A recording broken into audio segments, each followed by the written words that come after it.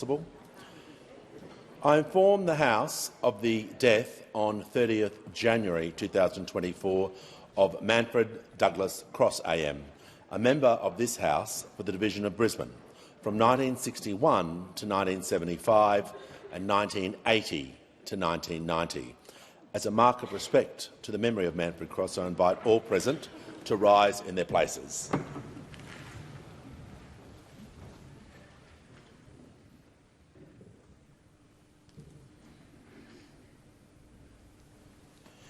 I thank the House. We'll move to questions without notice. Are there any questions? And I give the call to the honourable member for Deakin. Well, thanks very much, Mr Speaker. My question's to the Minister for Immigration. Over 500,000 visas have been granted under the Albanese Labor government in the past year, with more than 1.6 million projected to be granted over the next 5 years.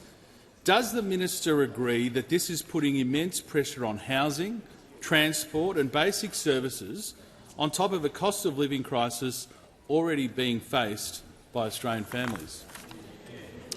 I give the call to the Leader of the House. Mr Speaker, the introduction refers to the minister's portfolio, and then the question is about a series of other portfolios. It is not a question to the Minister for Immigration. It doesn't in any way ask about his actions. Order. Members on my left. The member for Barker will cease objecting so I can hear from the Manager of Opposition Business. Yes. The Manager has the call. Mr Speaker, the question goes squarely to the actions and the responsibilities of the Minister for Immigration in granting visas. This is entirely within his portfolio, and it's an entirely appropriate question to be asked. On the point of order. On the point of order. Mr Speaker, the question goes to consequences in other portfolios, not to the role of the minister, not in any way whatsoever. Yeah, look, if the manager can just resume his seat for a moment. Order. The member for Hume. We're just going to deal with this. I'm sure there's a way we can get past this, but the question is so broad, it is asking for an opinion. So, under the standing, I'm going to. The Leader of the Opposition, just for a moment. The question was regarding visas granted. Because of the nature of the question being so broad and the impact, so the minister can answer the question. It will be a very broad answer. So it will be very unlikely anyone could take a point of order on relevance because of the way that the question because just the way the question has been framed. So I'm going to allow the question. The member is entitled to ask the question, but just moving forward, I want to make sure that members simply can't be asked an opinion under the standing orders. That is going to be ruled out. So if the minister can refer to his answer regarding the visas being granted. On the point of order.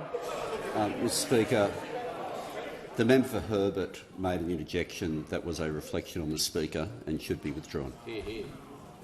Well, I'd be disappointed if that's the case, but the member for Herbert will withdraw. I'll withdraw. Order. The Minister for Social Services. So with that guidance to the minister, he has the call. Thank you, Speaker. The Albanese government is getting on with fixing Australia's broken immigration system. A system broken by those opposite, and no more so than when the Leader of the Opposition was the minister responsible. Members on my left. I'm proud to be working with my friend, the Minister for Home Affairs, to build a system that Australians can trust, helping us get the skills we need while bringing migration levels down to normal levels. We understand that competent and sensible administration of our visa system is something that is fundamentally important, ensuring that we do remain an attractive destination whilst bringing migration levels down. And we are doing that because of 5 decisions, 5 actions the government has taken. closing COVID loopholes opened up by those opposite, strengthening integrity, Order. unlike the former minister who halved immigration compliance, ending settings that drive long-term temporary stays, tackling exploitation, another matter on which he sat on his hands, and targeting skilled migration so that we are addressing genuine shortages. Now, Speaker, Martin Parkinson, the former Treasury Secretary, described the, and I quote, absolutely and utterly broken migration system as a reflection of, and I quote again, almost a decade of willful neglect, symbolised, of course, as members opposite should recognise, by the 1 million visas in the in-tray when we came into government. Businesses couldn't get the workers they need. Migrants and other workers were being exploited. The minister will pause. Order. The Minister for the Environment will cease interjecting. The Leader of the Opposition on the point of order. Mr. Speaker, on relevance, and you gave good direction before. You gave good direction to the minister to say that he could broadly range on the issues in relation to those that had been asked, but only this minister could stray beyond your original. Resume your seat. We'll get to the point of order and not add additional commentary to the questions. The point of order is on relevance. It's on relevance, Mr. Speaker. The government has allowed 500,000 people in during a cost of living crisis. Resume your seat.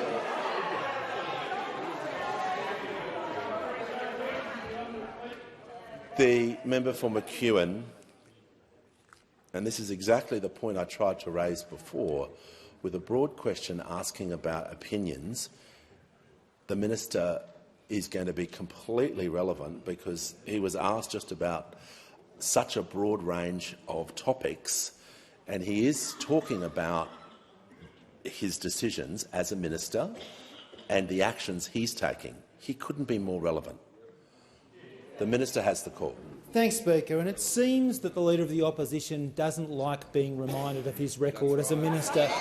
Perhaps he should also remember. Order. He should also remember what he said as Leader of the Opposition very recently. He said this: "We do need an increase in the migration numbers."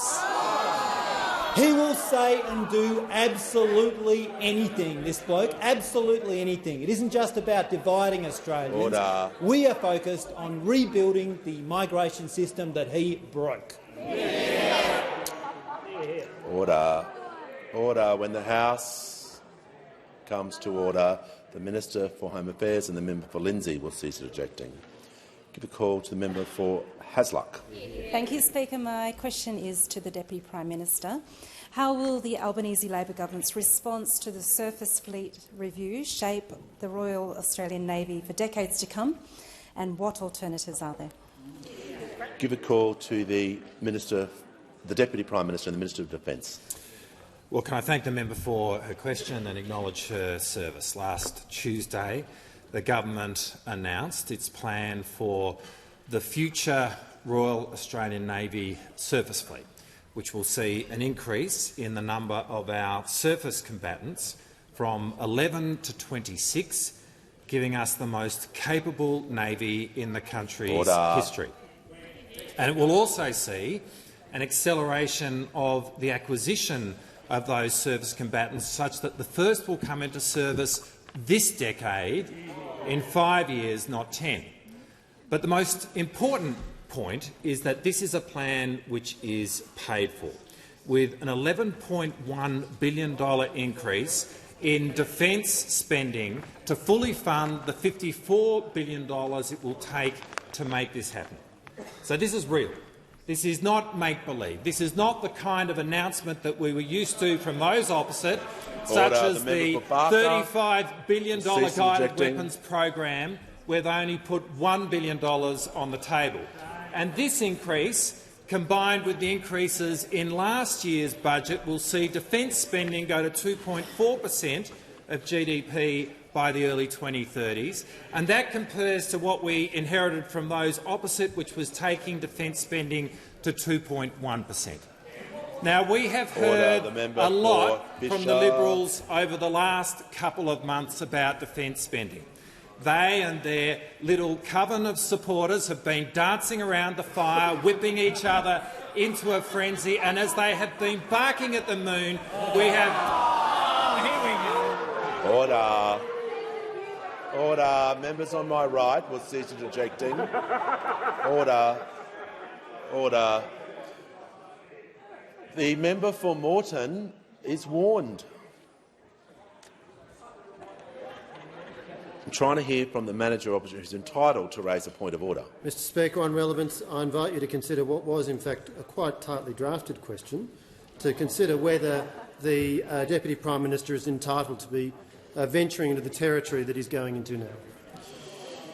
The question contained what are the alternatives. So the Deputy Prime Minister needs to ensure his answer contains the alternatives that he was asked about, not simply his opinions about former decisions.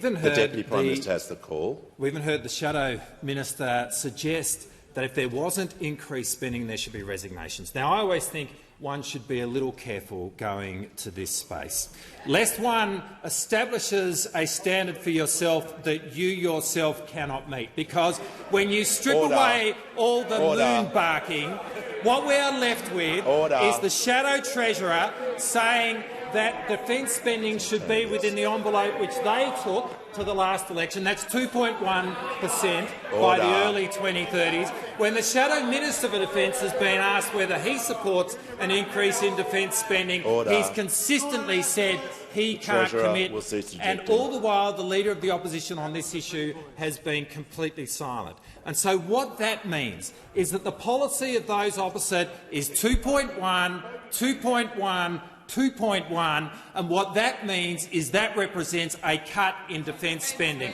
The Albanese Labor government is committed to increasing defence spending to 2.4% of GDP to give us the surface fleet we need to keep Australians safe. The House comes to order. I'll hear from the Leader of the Opposition. My question is to the Minister for Housing. Over 500,000 visas have been granted by the Albanese Labor government in the past year, with more than 1.6 million projected to be granted over 5 years.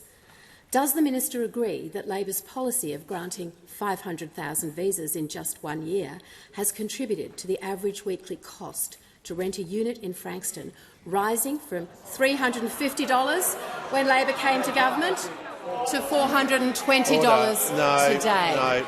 There is far too much noise. Order. Members on my right. Order. The Minister for Home Affairs. It's not going to operate like that. Everyone knows the questions have to be heard in silence, so the minister can be heard in silence. It's a two-way street. Out of courtesy, the Deputy Leader will ask her question again, and there will be silence, so I can hear the question, and hopefully everyone else can too. The Deputy Leader has the call. My question is to the Minister for Housing. Over 500,000 visas have been granted by the Albanese Labor government in the past year, with more than 1.6 million projected to be granted over 5 years. Does the minister agree that Labor's policy of granting 500,000 visas in just 1 year has contributed to the average weekly cost to rent a unit in Frankston rising from $350 when Labor came to government to $420 today?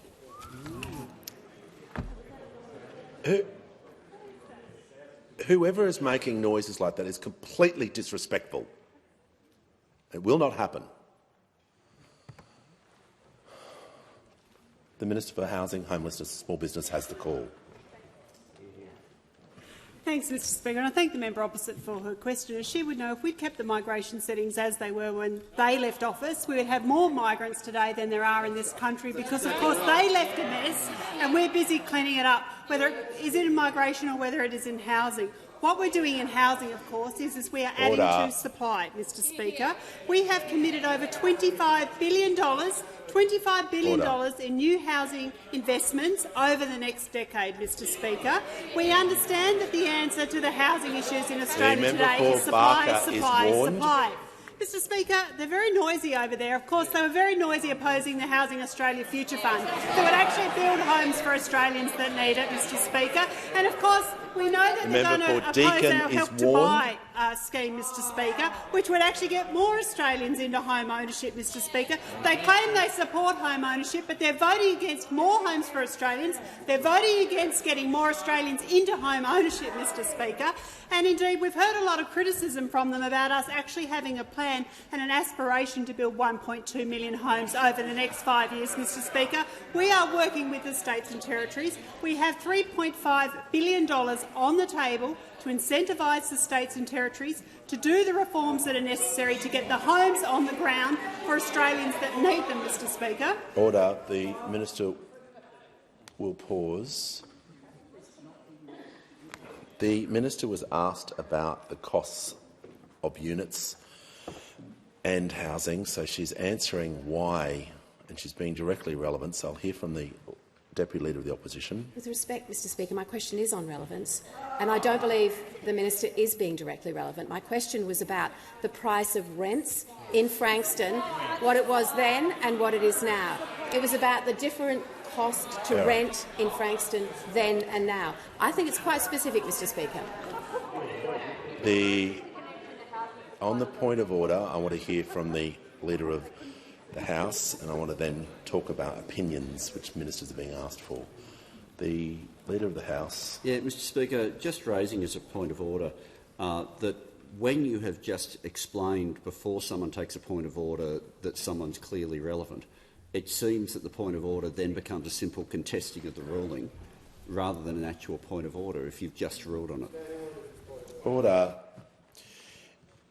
The Leader of the House makes a relevant point. The Deputy Leader is entitled to take a point of order on relevance, but a lot of leeway is being given so far, and that leeway doesn't necessarily have to continue on that way. But just so that everyone knows moving forward, we've had 2 questions now from the opposition regarding opinions of ministers. That, once again, as we saw for the first question, enables a very broad answer.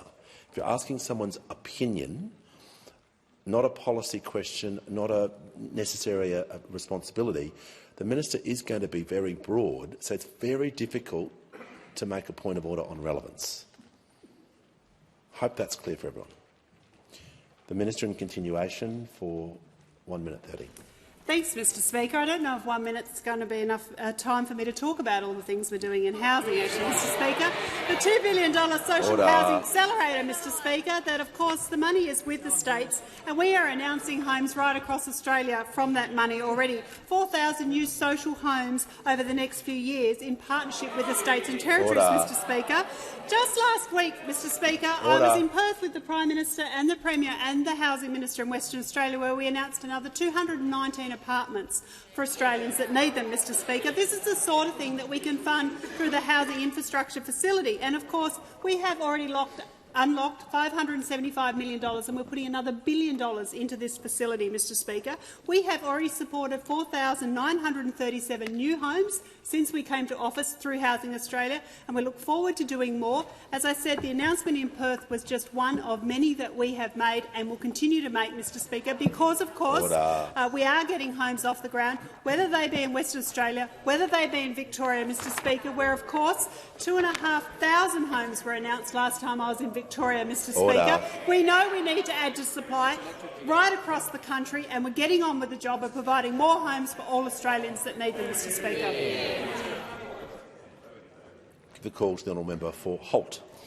Thank you, Mr Speaker. My question is to the Prime Minister. How will the government's new tax cuts benefit Australian families, and how will they help to build a better future? Give the call to the Prime Minister. Thanks very much, Mr Speaker. And I'm pleased to get a question about cost of living. And you know it'll be from this side of the House. You know it'll be from this side of the House, and I thank the member for Holt. We are giving a tax cut to some 13.6 million Australian taxpayers. Every Australian taxpayer, not just some. The Leader of the Opposition, first they said they'd oppose it, then they said they'd roll it back, then they wanted an election on it, then they rolled over and voted for it. But now it's before the Senate and they're talking it out there, trying to delay a vote in the Senate. But the fact is that this is good policy, which is why they knew they had no choice eventually but to still continue to argue against it, still complain about it, whilst they didn't vote against it. Because we know that at the first opportunity, this is the sort of policy that they would roll back, because in a moment of honesty they said that was their position. Absolutely. Now, we want Australians to earn more, and last week we learned that real wages in 2023 increased, much earlier than what the Treasury estimates were. So our objective of people earning more and keeping more of what they earn is being met. Those opposite, of course, we know want people to work longer, and they want people to work for less. These tax cuts will make a significant difference. A shop assistant on $32,000 will get a $414 tax cut. A nurse on $76,000 will get a tax cut of $1,579. A teacher on $80,000, $1,679. A police officer on $110,000 will benefit to the tune of $2,429. Our tax cuts are aimed directly at Middle Australia because we know that that is the right thing to do. Those opposite, of course, can change what they say, but they'll never change what they stand for. They can change how they vote, but they'll never change who they are. Sneering and looking down on people, thinking that people under $45,000 a year are not worthy of a tax cut, are not worthy of a tax cut. Not worrying about average workers, just worrying about themselves. Before I call the member for Kooyong, I'd like to acknowledge a few guests in the gallery. I'm pleased to inform the House that present in the gallery today is the Minister for Foreign Affairs from the Czech Republic, Mr Jan Lipavsky, and the Ambassador of the Czech Republic, Ms Jana Trier. I'm also pleased to inform the House that present in the gallery today is the President of the Olympic Committee, Mr Ian Chesterman, and the chef de mission for the Australian Olympic Team 2024 and former Australian gold medalist cyclist Ms Anna Mears OAM. A warm welcome to you all. And now I give the call to the honourable member for Kooyong. Thank you, Deputy Speaker. My question is for the Health Minister. Minister, the Health Committee's report into long COVID concluded that we need national indoor air quality standards to improve the safety of indoor spaces and reduce transmission of COVID-19 and other infectious diseases. The government's response last week acknowledged, but it did not adopt that recommendation. So, Minister, I ask you, how do you propose that we can keep our kids safe at school during the next outbreak of a severe airborne virus? Give the call to the Minister for Health and Aged Care. Well, thank you, Speaker, and I thank the member for Kooyong for her question, her deep interest before entering this place in public health, obviously, and her advocacy in the different debates that have happened in this building about how we respond to that once-in-a-century pandemic to ensure that we are better prepared next time. As the member has indicated, Mr Speaker, we have delivered our response to the report that the Health Committee, led by the member for Macarthur, made, the inquiry into long COVID, and a number of recommendations were accepted. Others were noted by the government. I don't have the full response in front of me. There are obviously a number of different measures there, and I'll come to the question of clean air very quickly. There are a number of different measures there that are important considerations for Australians who are dealing with long COVID, as it's broadly termed, particularly the longer version of long COVID, if you like, that involves quite complex symptomology for a considerable period of time. We take the view that there are significant opportunities within our existing Medicare system for people to receive care from their general practitioner and from allied health professionals, as there are for other chronic diseases, and we want to see those rolled out, along with better education for GPs and allied health professionals about that. The member's specific question, though, is in relation to clean air, and And it is clear, as we entered the sort of back end of the emergency phase of the pandemic, that it did become clearer that this was an aerosol-based coronavirus, and that clean air was an important protection against infection. This is an area that involves significant regulation by states, particularly, for example, the regulation of school air and public hospital systems, and there are different actions that are being taken by state governments, as the member would be aware. But there is a lively debate or lively discussion that is continuing. I know in a couple of weeks there will be a workshop here in the Parliament led by the Australian Academy of Science, by the CSIRO, by the Burnet Institute, to continue that discussion about how we can provide better clean air.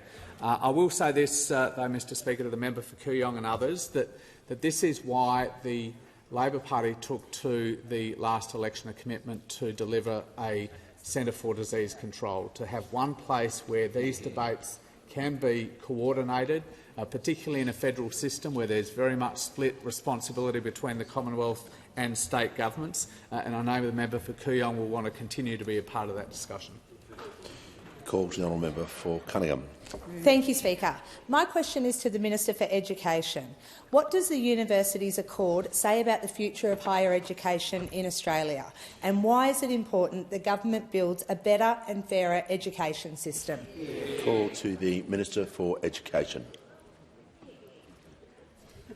Thanks very much, Mr Speaker, and can I thank my friend, the sensational member for Cunningham, for her question. Can I also recognise in the public gallery the school teachers from Ukraine that are with us today, and welcome to Australia.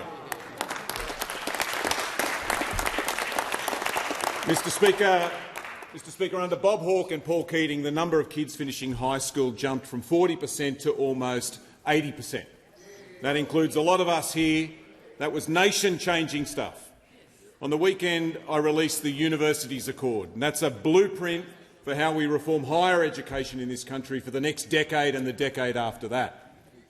And what this report says is that by the middle of this century we'll need a workforce where 80% of that workforce haven't just finished high school, but they've got a TAFE qualification or a university degree as well.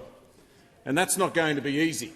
To do this, what it says is we've got to break down two big barriers.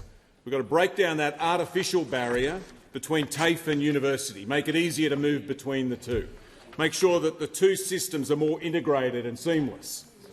And it also says that we've got to break down that invisible barrier that stops a lot of young people from the outer suburbs and from the regions from getting a crack at university in the first place and succeeding when they get there. Today, almost 1 in 2 young people, young adults in their 20s and 30s, has a uni degree. But not everywhere, not where I'm from. In places like Fairfield, it's only 28%. In Maranoa, it's only 22%. In Elizabeth, in South Australia, it's only 12%. And that, at its core, is what the Universities Accord is all about doing something to change that. This report is jam-packed full of reforms to tackle this and other challenges, including things like fee-free university places, fee-free university courses, needs-based funding, making HECS simpler and fairer. And can I thank Professor Mary O'Kane, AC, and the Accord team for their report.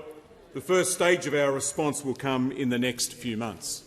But, Mr Speaker, if we're going to succeed here, we can't just rely on reforms at the university gate, because the same kids who aren't getting a crack at university at the moment are the same kids who aren't finishing high school at the moment, who are falling behind in primary school at the moment, who aren't getting an opportunity to go to early education at the moment. So it is all connected. That's why we need to build a better and a fairer education system across the board that helps ensure that no one's held back and no one is left behind, because that's what we are going to need if we're going to build the skills and have the economic firepower to succeed in the decades ahead. Give the call to the member for Mallee. Thank you, Speaker. My question is to the Minister for Immigration. Many Australians can't find a home to live in. Our roads are gridlocked and essential services like schools and hospitals are under growing strain. Why is the Albanese Labor government making it worse by granting over 500,000 visas in just one past year, with more than 1.6 million projected to be granted over 5 years. Order. The Treasurer will cease interjecting. The Minister for Immigration, Citizenship and Multicultural Affairs has the call. Thank you very much, Speaker. And I thank the honourable member for her question. And I say to her and to all members that we are getting on with the job of fixing a system that was fundamentally broken by those opposite. And we see that. Order. And we see that in the in all of the issues that the member raised. But what is concerning to me is that the member opposite and many members opposite, on the one hand, talk about the need for skilled migration in their reasons, and on the other hand, come into this place and tell a different story. And what we should be entitled to expect is a bit of consistency, and that might start not just with the Leader of the Opposition, who should of course reflect on his deplorable record, but also the Shadow Minister, who said when he was in government, well, we need to get our international students back, we need to get our working holiday visa maker holders back and get these people back as soon as we can. They should reflect on their record and they should get behind our work in fixing the system that they broke. Order. Give a call. Order. The member for Barker is on a warning. So is the member for Deakin. So that means no more interjections from them, hopefully. Give the call to the member for Macon. Thank you, Mr Speaker. My question is to the Minister for Defence Industry. How is the Albanese Labor government ensuring the Royal Australian Navy can play its part in Australia's defence? What impact will these decisions have on defence industry, and how is the government changing previous approaches? Give a call to the Minister for Defence. Order. Give a call to the Minister for Defence Industry, the Minister for International Development and the Pacific. Thank you, Speaker, and I thank the member for Macon for his question and his fierce advocacy for the defence of this nation. Last week's announcement by the Deputy Prime Minister and myself was the most consequential announcement for the surface fleet of the Navy since World War II. Our plan more than doubles the number of major surface combatants from 11 to 26. Order. And it's not just more vessels, it's getting them faster. Under the plan of those opposite when they're in power, we would have had one additional surface combatant vessel by 2034, just one. Under our plan, we'll have four to one, a quadrupling the number. Importantly, they'll also be more lethal. The Leader of the Opposition's plan would have delivered 432 missile cells across the surface fleet. By contrast, our plan will deliver between 704 and 880 missile cells. Importantly, we'll sign the acquisition contract for the Hunter-class this year, and we'll be cutting steel on the general-purpose frigate in 2026. By contrast, those opposite didn't sign a single new acquisition contract for a major surface combatant in their entire sordid 9.5 years in government. Not a single one. Importantly, Speaker, we'll also be delivering continuous naval shipbuilding for South Australia. Once the Hunter-class is finished, we'll immediately follow on with the replacement for the air warfare destroyer.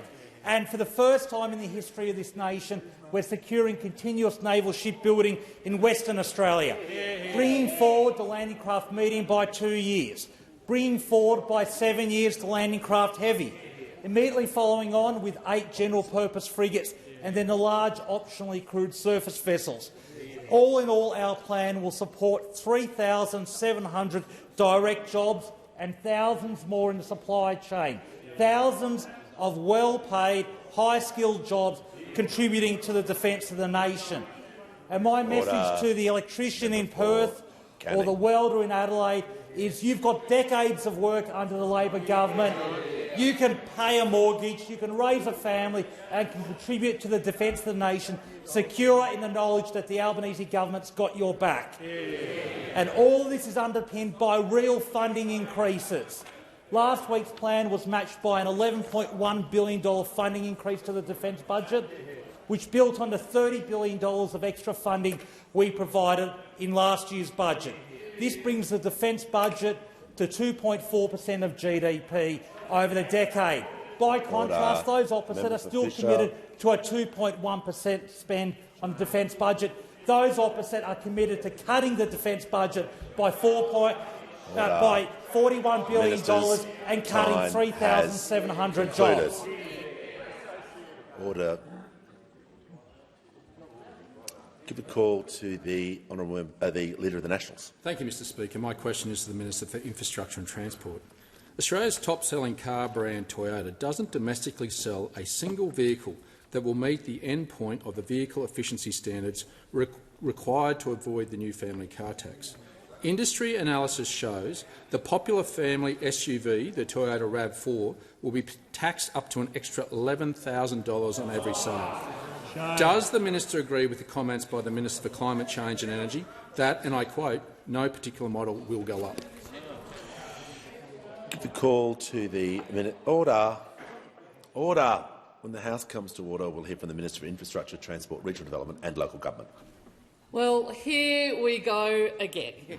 The political party of $100 lamb roast. I had lamb on the weekend and I don't remember it being $100. It was very nice, thank you very much.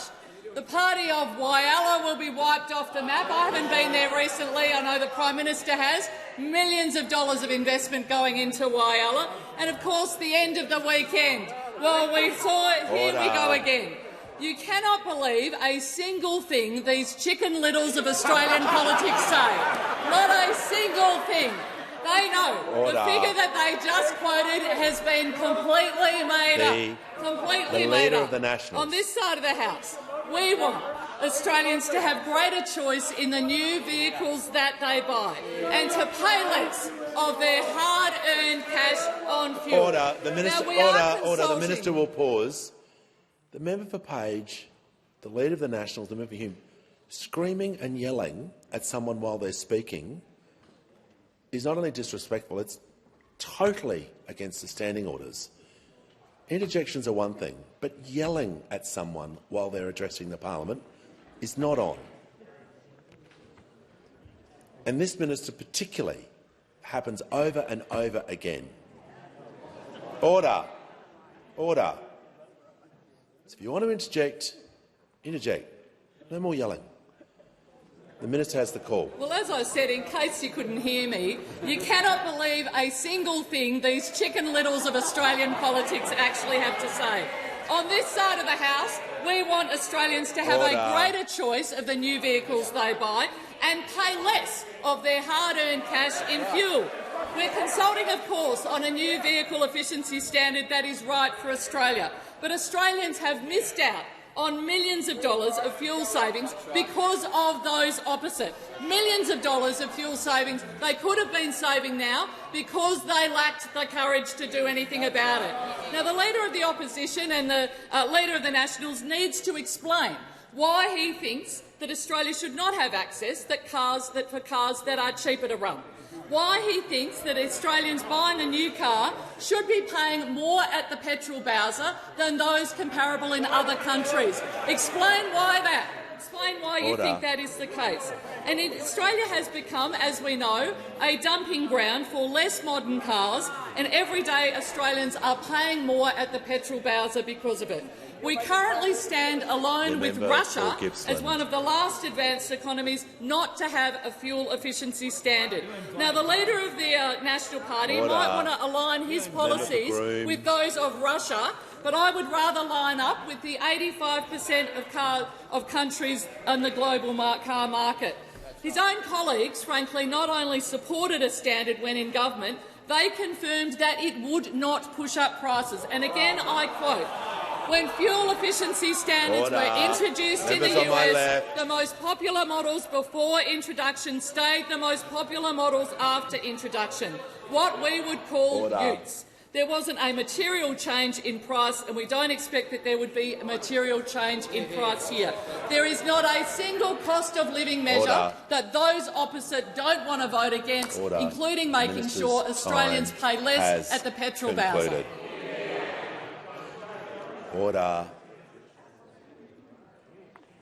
Hear from the member for Hawke.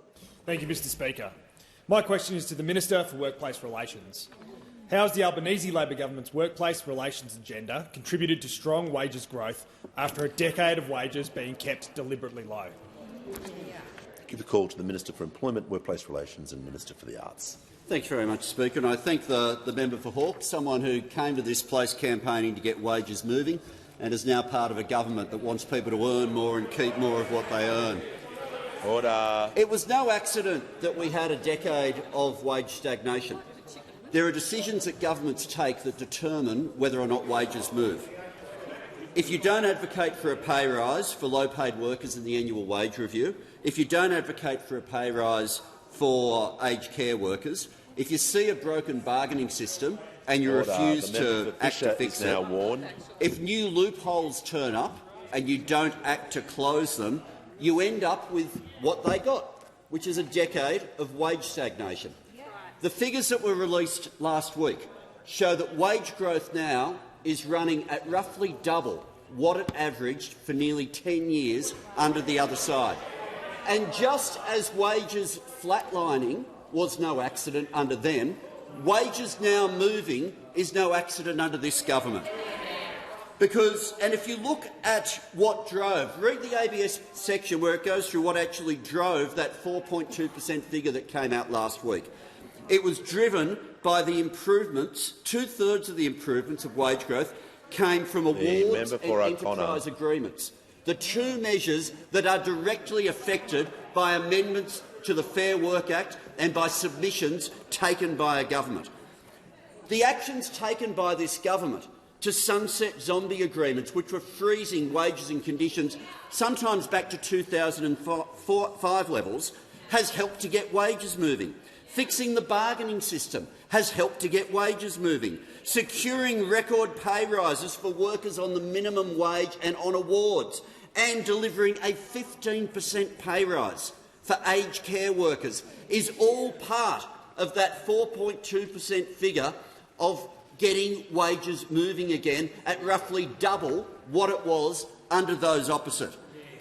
So what does that all mean for family budgets around the country?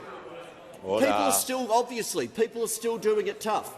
Not nearly as tough as they'd be doing it if wages were still stagnant as they were under those opposite. Because an average full-time worker now every week earns $120 more than they did when we came to government. And under Labor's tax plan, they'll now get a tax cut of more than $2,100 a year.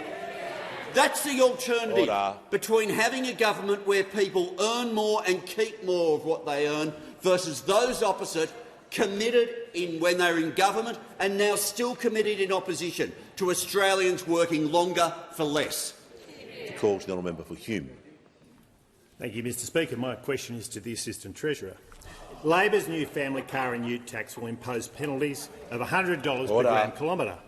Does the minister agree with the comments of the Minister for Climate Change and Energy that despite the imposition of his new family car and ute tax, the price of, and I quote, no particular model will go up? Order. The Treasurer will cease interjecting or be warned.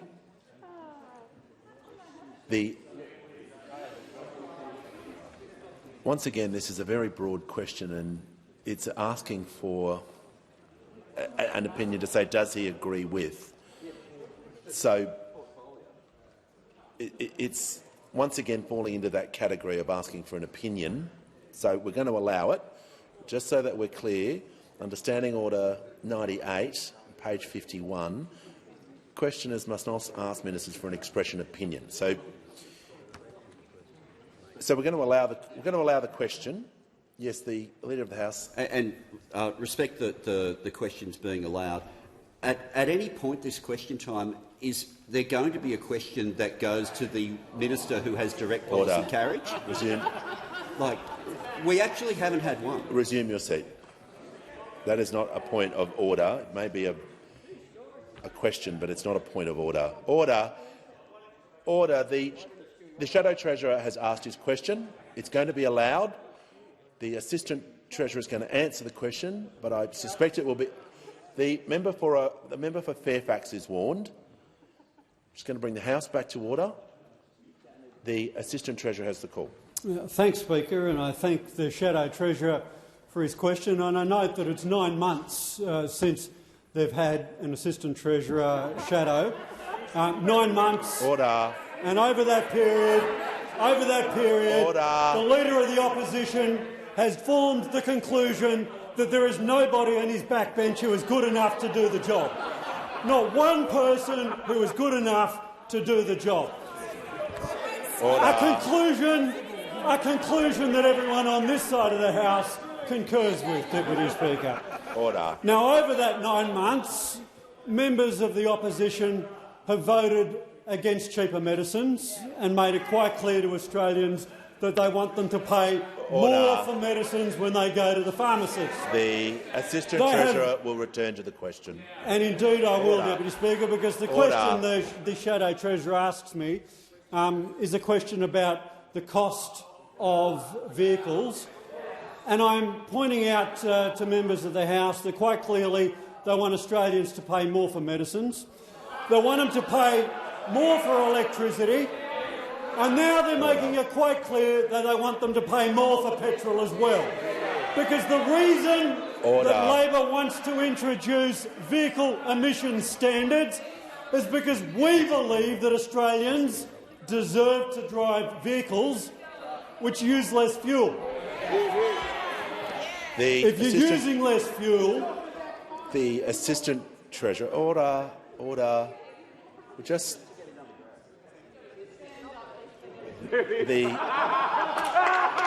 Order. Members on my right, the Minister was answering a question about vehicles and fuel, which was your question. So you better be short and sharp with this response. On the leader, the member for Hume has the call. The point of order is relevance. It was a very specific question. It was about Labor's cart. Well. Down the barrel next time. Order. The member for Hume has asked his question. He's skating on thin ice with that point of order. The Minister will be heard in silence. Thanks, Speaker. And we're asked why it is that Labor wants to ensure that Australians can drive the most efficient vehicles, and the answer is quite simple. The reason that we want Australians to have access to the most efficient vehicles is we believe Australians should be paying less to fill up a tank of fuel. Less to fill up a tank of fuel as consumers in any other market around the world, because as the Minister for Infrastructure and Transport has pointed out to members in this House, Australia is one of the only countries in the world, that has not yet introduced mandatory fuel standards. Has not yet meant to do it. They didn't do it under the 9 years that this mob was in government, Deputy Speaker, and they are going to have access to cheaper fuels because we're going to have more efficient cars. And those opposite have made it clear time and time again that they want Australians to pay more for medicine, they want Australians to pay more for electricity, and now they're making it quite clear that they want Australians to pay more money when they fill up at the Bowser. Order. There is far too much noise. The member for O'Connor will leave the chamber under 94A. He's been constantly interjecting during question time. Order.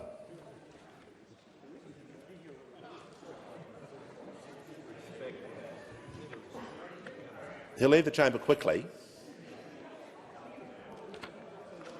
Order. The House comes to order. We'll hear from the member for Aston. Thank you, Speaker. My question is to the Treasurer.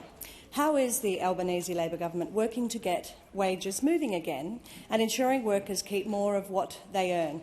And how does that compare with previous approaches? We call to the Treasurer.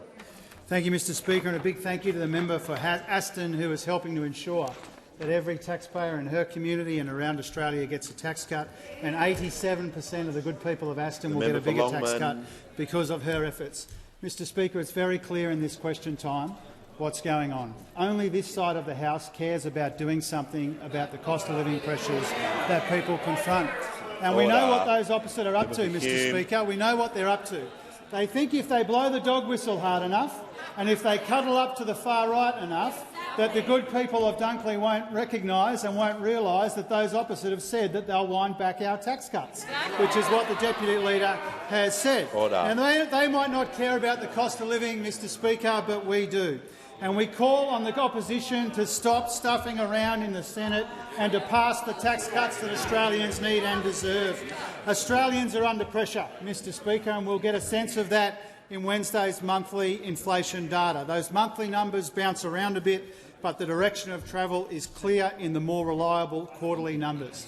Inflation is moderating since its peaks in 2022, but Australians are still under pressure.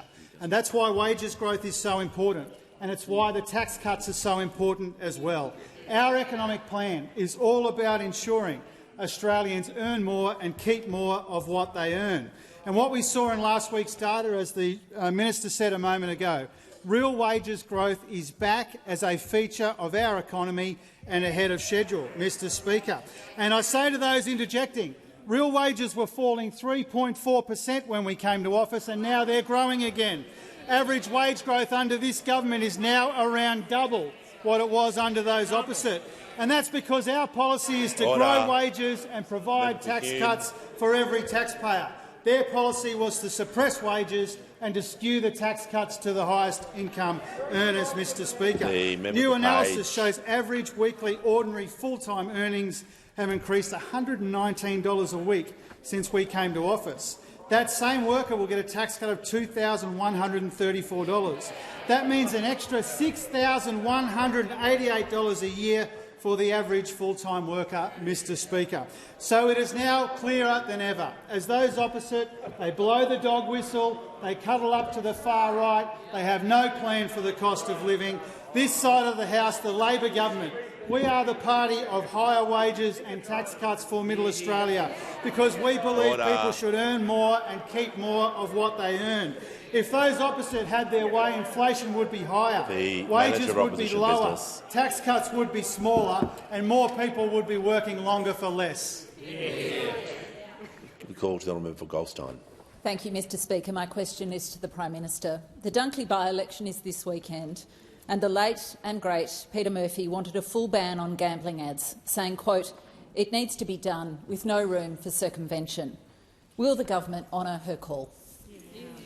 Give the call to the Prime Minister. I thank the member for Goldstein for her question, and indeed I join with her in honouring the late member for Dunkley.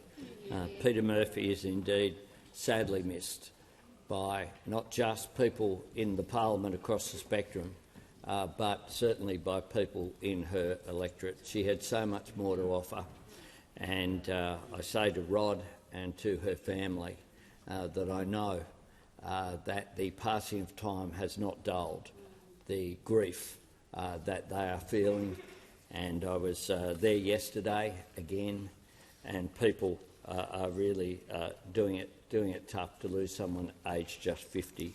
The member for Dunkley did make an outstanding contribution in her too short time in this parliament, and we recognise the work that she did leading the inquiry into online gambling harms, and we're indebted to her for her contribution on what is a critical issue. We have done substantial work already. We've launched BetStop, the National Self-Exclusion Register, through which over 18,000 Australians have self-excluded from online wagering and promotions, and I table the media release from the Minister for Communications. That has been achieved in just 6 months. We've mandated customer pre-verification for all new online wagering accounts to prevent children from gambling and strengthen protections for Australians. We've agreed with states and territories on new minimum classifications for video games with gambling-like content. We've implemented new evidence-based taglines to replace. The Prime Minister was asked a question and is answering it regarding the reforms that are occurring. So he is being directly relevant. I know there is one specific part of the question the member has asked, but under the standing orders I've explained before, as long as the Prime Minister is being directly relevant and he is to the core topic, I'll hear from the member for Goldstein. Thank you, Speaker. On relevance, the question went to the future, not the past, and a ban on gambling ads. The Prime Minister has the call. I say with respect to the member, I'm talking about things that have been done right now, not the past, things that we are doing as a government to take action, consistent with what the member for Dunkley asked us to do. We have required online wagering companies to send their customers monthly activity statements outlining wins and losses. We've legislated a ban on use of credit cards for gambling last year, and this will come into effect mid this year and will make a real difference. In addition to that, the Minister for Communications and Minister for Social Services are working diligently through all 31 recommendations contained in the report chaired by the member for Dunkley. Government's undertaking relevant consultations, as you would expect us to do, with all stakeholders, including harm reduction advocates and industry. I myself have met with people like Tim Costello about these issues, and we're working them through to make sure that any action doesn't have unintended consequences, because that's what good governments do. The government has been working hard on a comprehensive approach to tackling gambling harm, because that's what we're committed to doing. The member for Boothby has the call. Thank you, Mr Speaker. My question is to the Minister representing the Minister for Women. How will the Albanese Labor government's tax cuts support women to earn more and to keep more of what they earn? Give a call to the Minister representing the Minister for Women.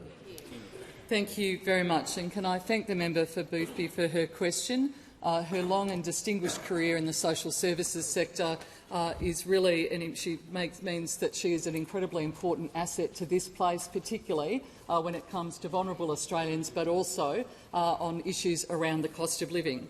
Now, Labor, of course, does want people to earn more and to keep more of what they earn. We know that those opposite want people to work longer for less. That's what those opposite want.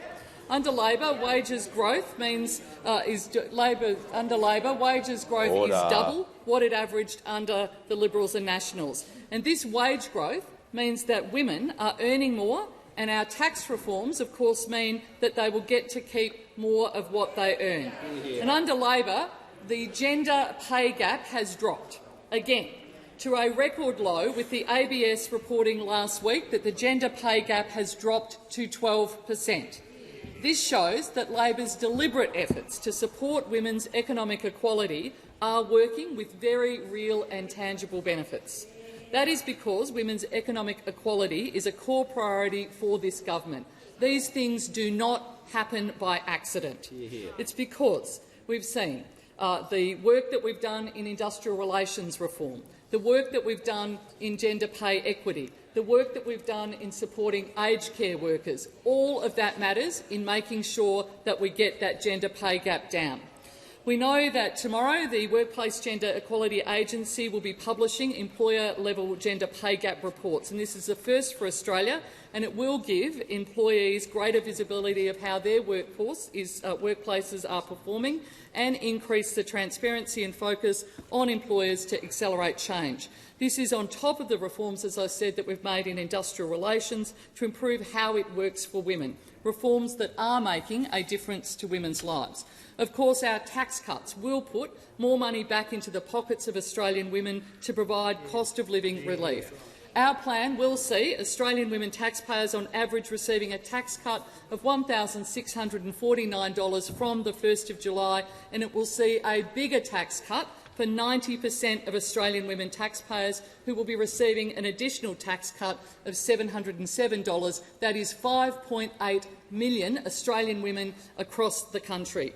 We know that women work hard across our economy, and we want to ensure that they keep more of that hard-earned money to meet the daily challenges and cost-of-living pressures that they face. Under Labor's plan, childcare workers, disability carers, aged care workers are some of the most likely to benefit from these tax cuts, with 95% of those workers benefiting. These changes will ensure that those in Middle Australia get to keep more of the money that they earn without adding to inflation. Labor will always work hard for women, and soon the minister will release the— Give a call to the honourable member for Fairfax. Thank you, Mr Speaker. My question goes to the Minister for Climate Change and Energy. Why, during Labor's cost-of-living crisis, is the government proposing a tax increase of $15,000 on the price of a new Toyota Hilux. Order. Order. Members on my right will cease interjecting. The member for Lyons will cease interjecting. So will the member for Cooper. The Minister for Climate Change and Energy has the call. Thank you very much, Mr Speaker, and I deeply appreciate the question from the member for Fairfax. And I also think it should be noted I appreciate the bravery of the Manager of Opposition Business for allowing that question, Mr Speaker. Not every Manager of Opposition Business, with everything he has on the record, would be strong enough to allow those questions to be asked. Now, the member asked me about price increases under a fuel efficiency standard or a new vehicle efficiency standard. Now, I would refer the honourable member to the impact statement which the Minister for Transport and I released several weeks ago, which says and makes clear evidence to date consistently finds no purchase price impact or negligible purchase price impact for consumers. And that's based on the experience right around the world, Mr Speaker.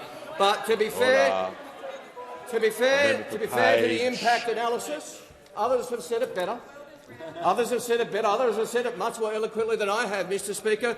For example, when this has been tried in the past in Australia to implement this important reform, it was pointed out that when, and I'm quoting, when fuel efficiency standards were introduced in the US, the most popular models before introduction stayed the most popular models after introduction.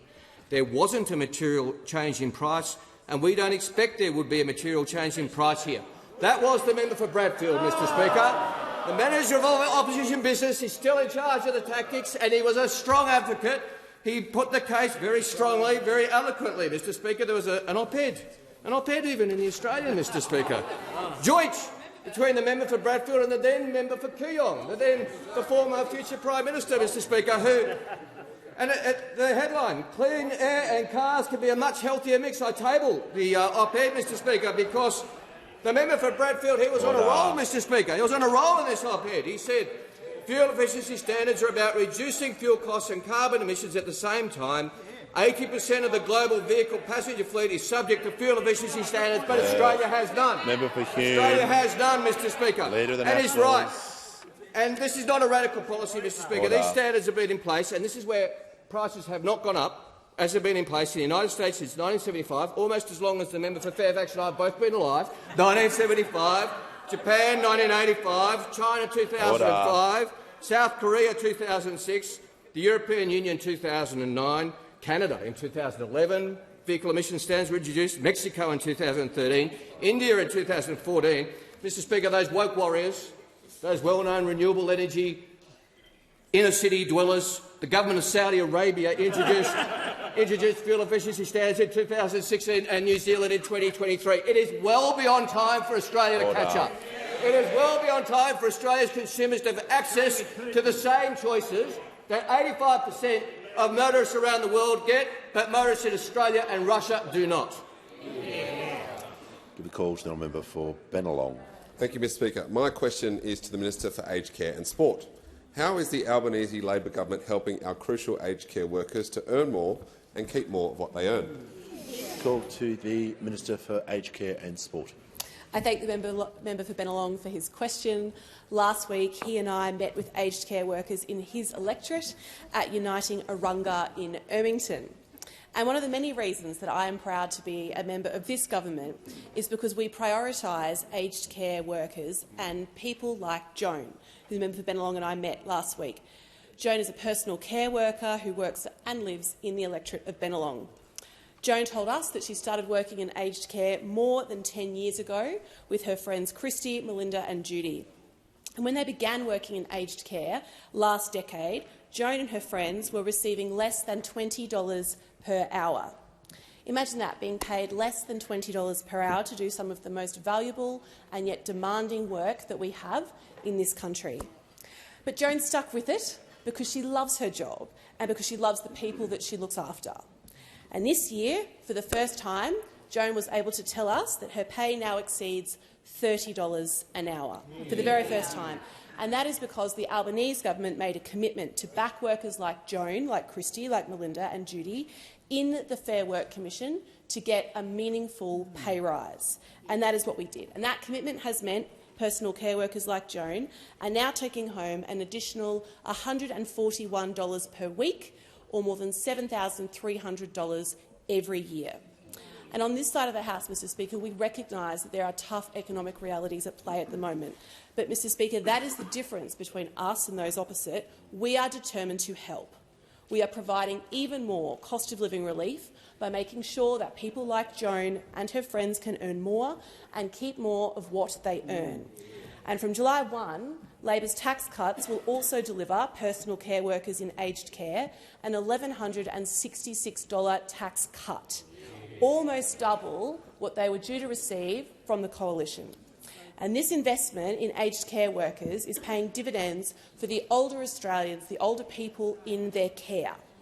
Under the Albanese government, there is now a registered nurse on site in aged care 98.7% of the time on average.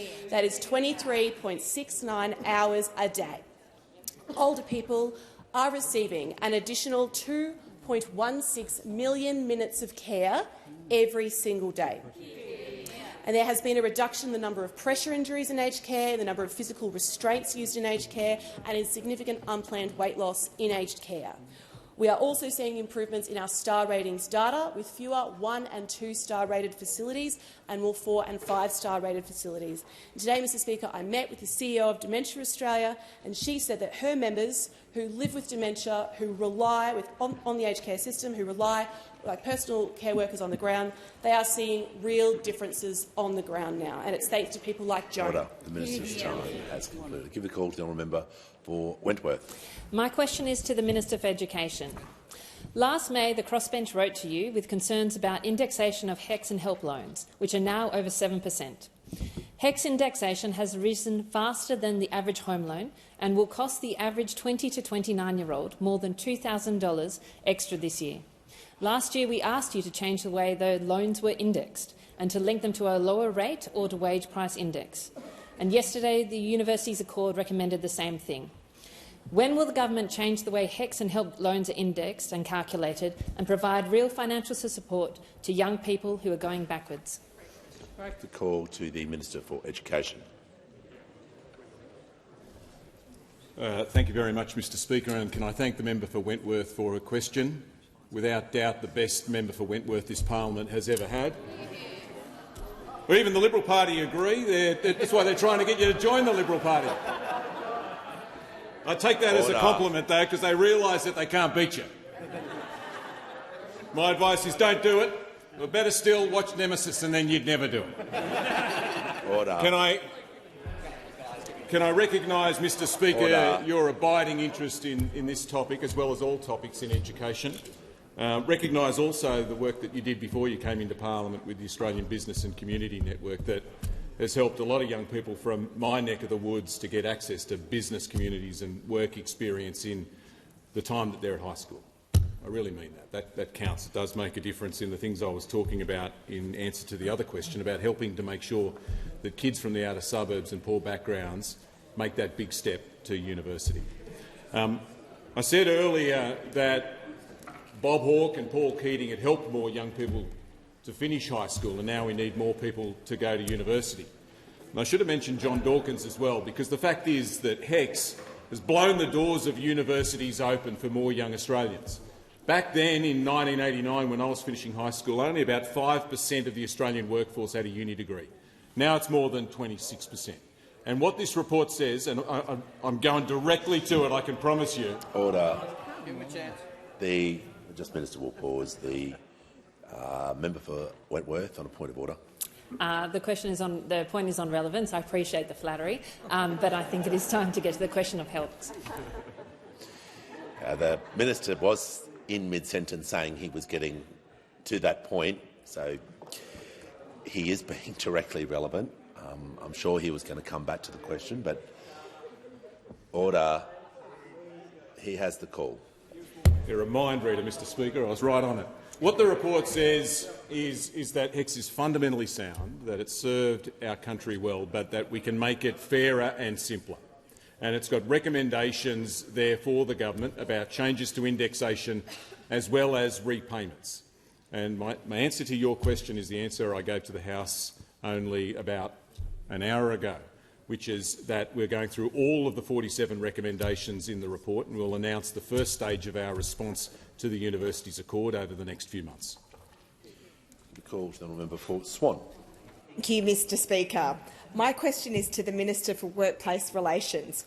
What progress has the Albanese Labor government made towards closing the gender pay gap, and what reforms have contributed to this? Give the call to the Minister for Employment, Workplace Relations and the Minister for the Arts. Thanks, Mr Speaker. And I really want to thank the member for Swan, someone who not only has been committed to acting on closing the gender pay gap since she got here, but right back to a time in the resources industry has always been so strong on it. The data last week, the gender pay gap is now the lowest it's ever been on record. The lowest it's ever been on record, down at 12%.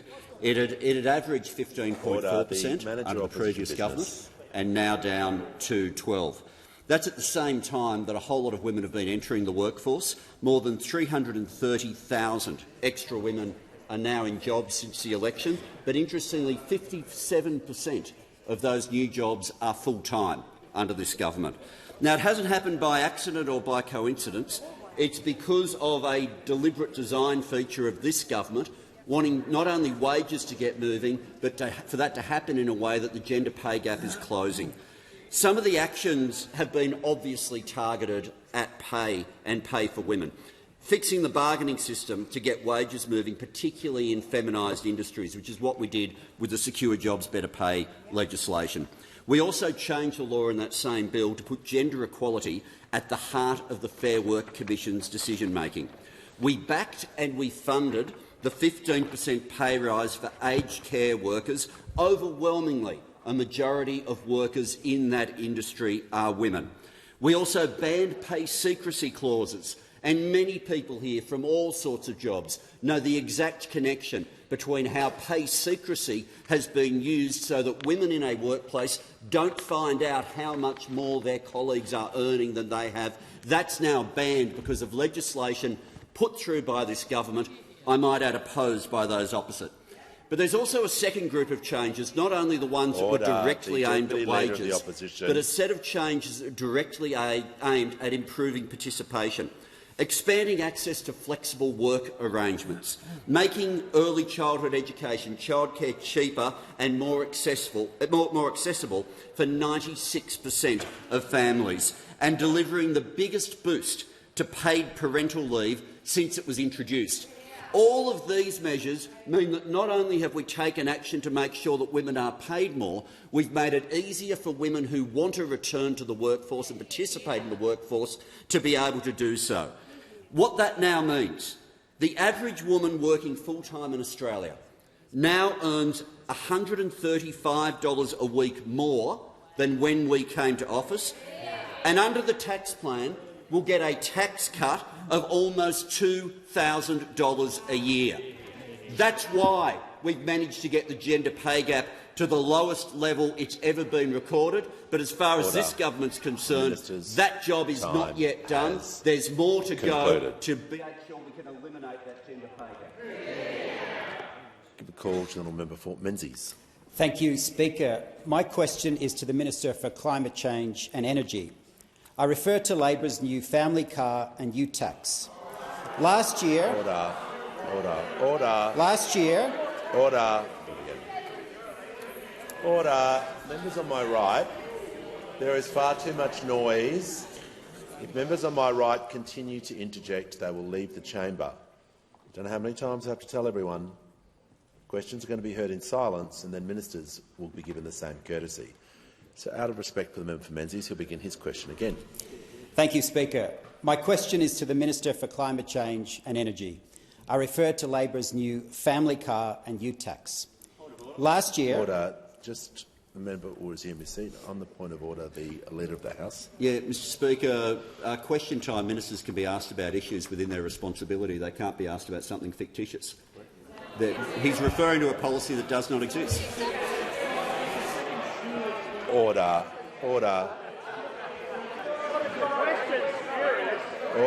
Members on my right. The member for McNamara is warned. I can't make any member phrase a question as I see fit. It is up to that individual. Obviously, the minister can respond accordingly. We've had this issue before over the last couple of weeks. I just ask for everyone to temper their language. And for the third time, we're going to ask the member for Menzies to get to his question and be heard in silence. Thank you, Speaker. My question is to the Minister for Climate Change and Energy, and I refer to Labor's new family car and ute tax. Last year, in my home state of Victoria, 78% of sales were either SUVs or light commercial vehicles and utes.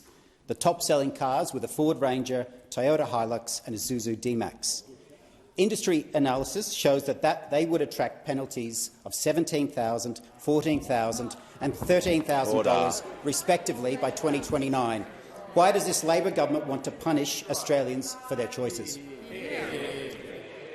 Order. Give a call to the Minister for Climate Change and Energy. Thanks, Mr Speaker. Again, I very much appreciate the question. In fact, I suspect I appreciate being asked it more than the member appreciate being asked to ask it, Mr Speaker. Because he's been put in a rather tricky situation.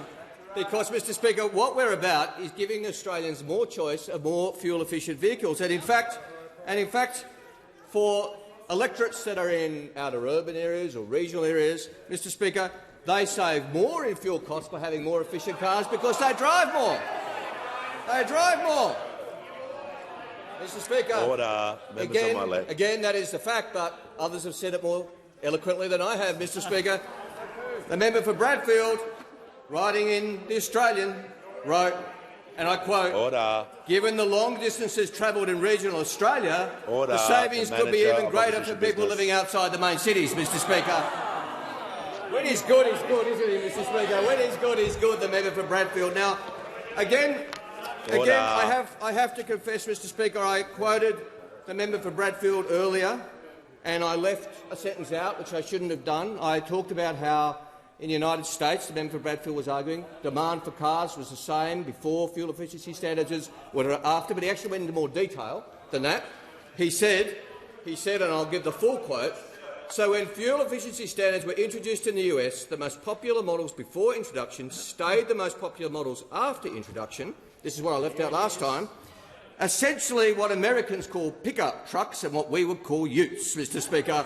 Like the Chevy Silverado, there wasn't a material change in price, and we don't expect there would be a material change in price here, Mr Speaker." So we've got an opposition that is so negative that they oppose our policies. Fair enough, we're used to that. But they oppose their own policies as well, Mr Speaker. Now, I suspect, Mr Speaker, the opposition could do with looking at how some groups have responded to this policy, groups that actually represent the interests of motorists, Mr Speaker. Like Australia's oldest motoring group, the NRMA.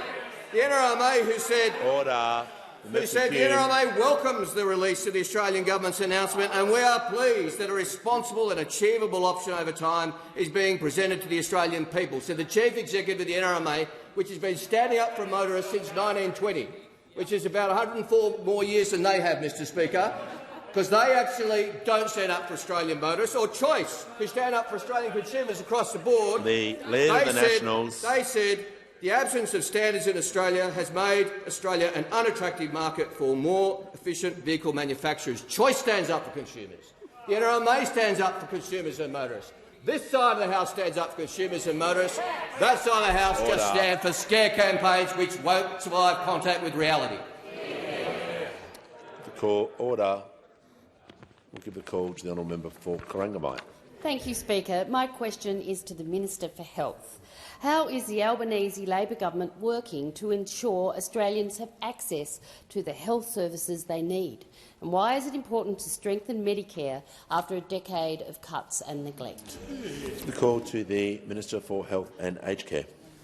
Thank you, Speaker. I thank the member for Corangamite for that question. She is such a huge advocate for Australian workers earning more and keeping more of what they earn. She also knows that the wage figures that were released last week showed that workers in healthcare and social assistance saw their wages rise last year by 5.5%. And from July 1st, Labor will deliver every single healthcare worker in the country a tax cut to help with the cost of living, like the hundreds and hundreds of Australians working hard right now at the Frankston Hospital in South East Melbourne. A second-year registered nurse, Mr Speaker, at that hospital will get a tax cut of $1,550, double what they would have received under the Morrison government plan.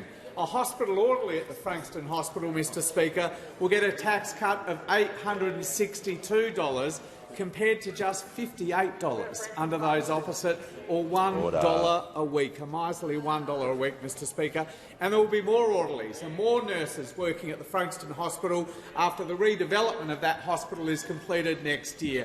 The largest ever health project in South East Melbourne, delivered by the Victorian Labor government. And that new, bigger, more modern hospital will be working with more funds from the Commonwealth after the Prime Minister agreed with National Cabinet a new hospital funding formula that will deliver at least $13 billion in additional funding to Australia's hospitals like the one at Frankston. But, Mr Speaker, I'm not the only one out there right now talking about hospital funding.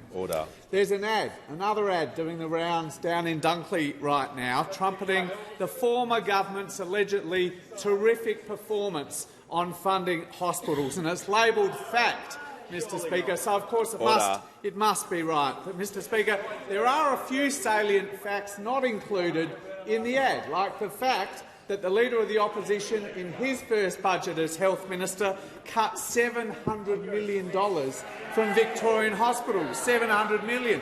Just a small down payment for the $50 billion that he planned to cut from hospitals over a decade, set out in this glossy budget document from 2014, Mr Speaker. I regret to say, Mr Speaker, this Leader of the Opposition is becoming a serial offender when it comes to spurious claims about his record as Health Minister, like talking a big game on bulk billing without telling anyone that he planned to abolish the thing altogether, or taking credit for Headspace services that had been funded years earlier by the Gillard government in the 2011 budget, Mr Speaker. Mr Speaker, the truth is that this Leader of the Opposition, when he was Health Minister, delivered only one thing, and that was cuts to the health system, and the Australian people will never forget it.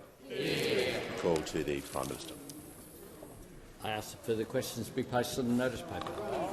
Order.